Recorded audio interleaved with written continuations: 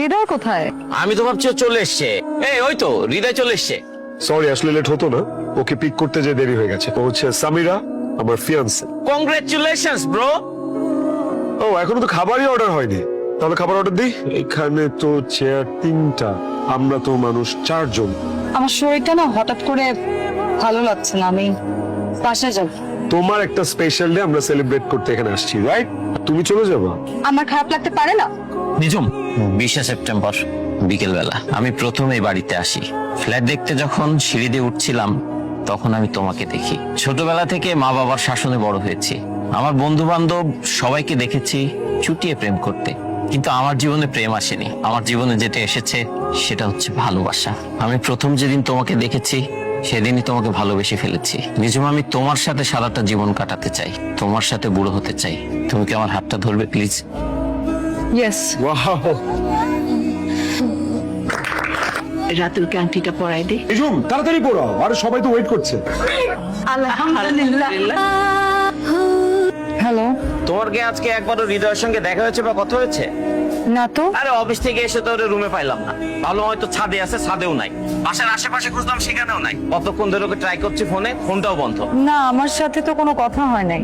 দেখো, হয়তো ওর কোনো রিলেটিভের বাসায় গেছে, অথবা এরকম তো হইতে পারে ওর ফিয়ান্সের সাথে কোথাও ঘুরতে গেছে। আমার তো দাঁড়ান তো সামিরা, আমি তো ভেবেছিলাম তুমি হৃদয়ের সাথে আমার এঙ্গেজমেন্টে আসবে, আসলে না যে। তোমার কি আজকে হৃদয়ের সাথে কথা হয়েছে? কথা হয়েছে।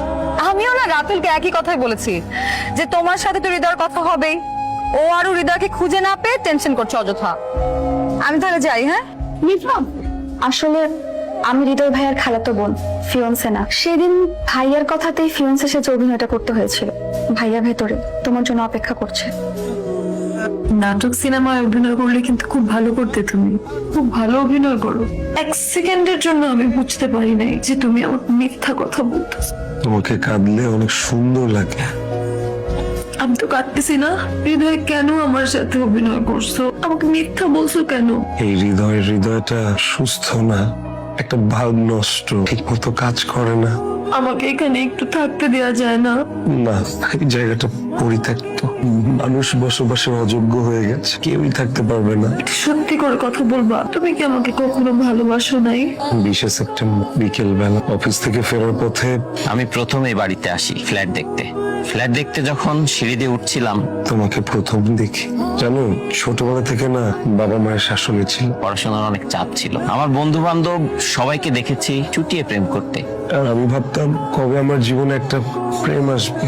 আমার জীবনে কোনো প্রেম আসেনি, এসেছিল ভালোবাসা।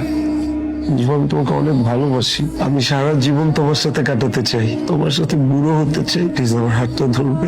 সেদিন রাতুলের সে কথাগুলো তোমার ছিল, তাই না? আমি তোমাকে ছাড়া থাকতে পারবো না।